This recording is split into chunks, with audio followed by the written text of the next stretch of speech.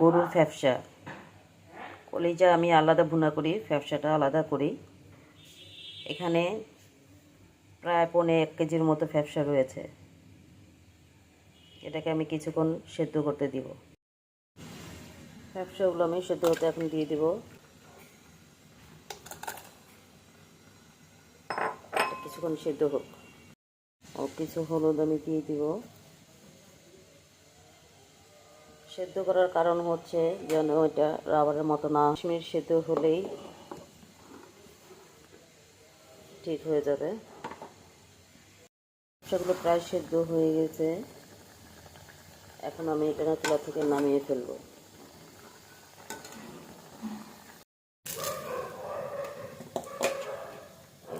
আমি একটা এলাচ, দারুচিনি ও তেজপাতা দিয়েছি। এখন আমি পেঁয়াজ দিয়েছি। পেঁয়াজটাকে কিছুক্ষণ আমি লাল করে ভাজবো।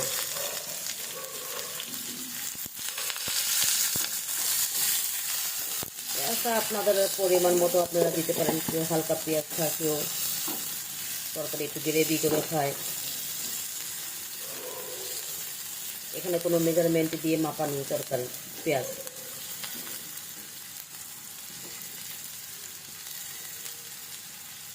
এটা আসলে অনেক মজা লাগে। আমি অনেক দিন ধরে ভাবতেছি ফ্যাপসাটা ভুনা করবো, কিন্তু করার হচ্ছে না। আজ হুট করে ফ্রিজ থেকে বের করে রান্না শুরু করে দিলাম। আমার পেঁয়াজটা হালকা বাদামি কালার করে ভাজা হয়ে গিয়েছে। এখন আমি মশলাগুলো দিব।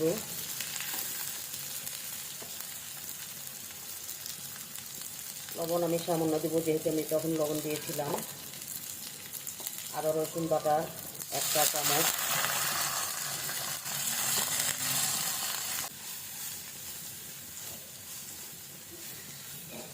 এখন আমি কিছু পানি অ্যাড করবো এখানে।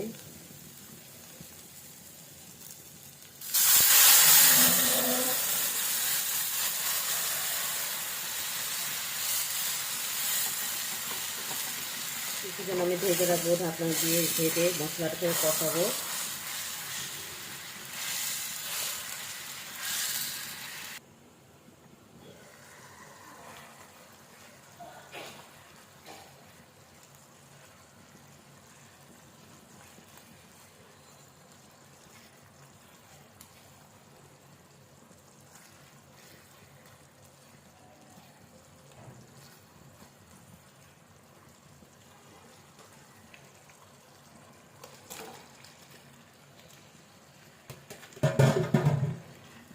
দেখুন কালারটার রং একটু চেঞ্জ হয়নি, কালো হয়নি।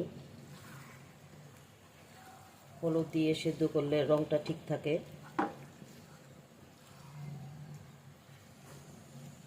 এখন এটা কিছুক্ষণ আবার আমি ভুনবো। চুলাটা মিডিয়াম আঁচে রাখতে হবে যেন পুড়ে না যায়। 10 থেকে 15 মিনিট আমি আবার এটাকে কষাতে থাকবো। ফ্যাপসা, গরুর গুড় এগুলো সহজে গলে না, এইগুলোকে সময় ধরে এটি কষাতে হয়।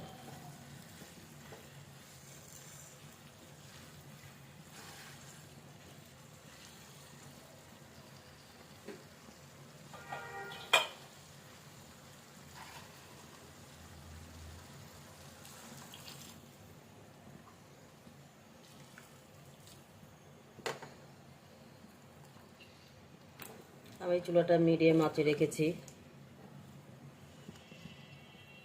এটা কিছুক্ষণ ভুনা হবে। এখন আবার আমি ঢেকে দিব।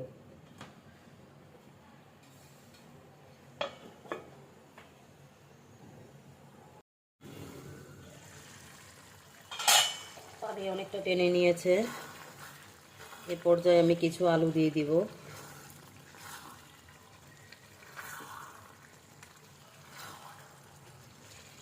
অনেকটা ভুনা হয়ে গিয়েছে।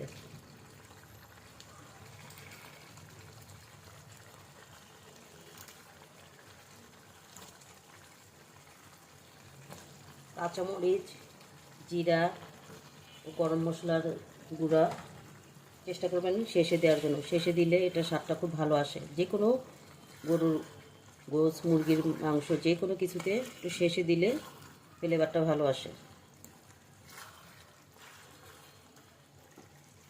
এখন আমি আবার এটাকে ঢেকে রাখবো কিছুক্ষণ।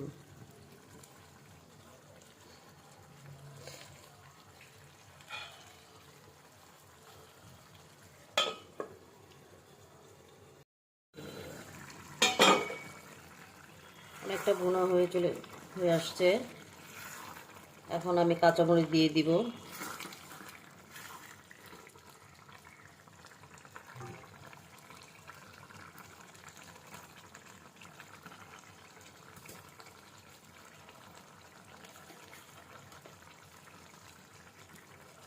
জিরা,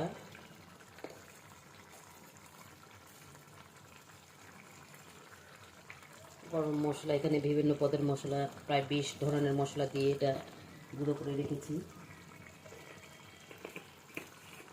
এই গরম মশলাটা কালা ভুনা, বিরিয়ানি, কাটকি প্রায় সব কিছু। আমি এটাকে নামিয়ে দিব।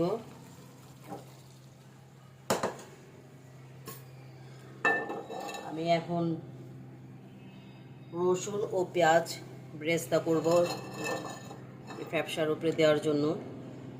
এটাতে টেস্ট আরও ভালো।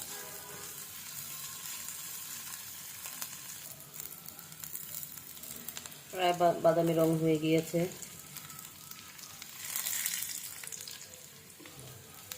আমি এখন চুলাটাকে বন্ধ করে দিব।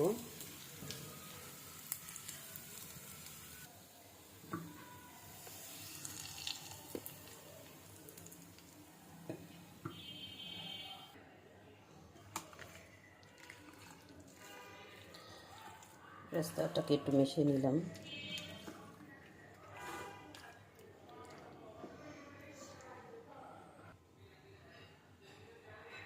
একটা পরোটা, নাস্তা বা রুটি দিয়ে যে কোনো সময় খেতে পারেন।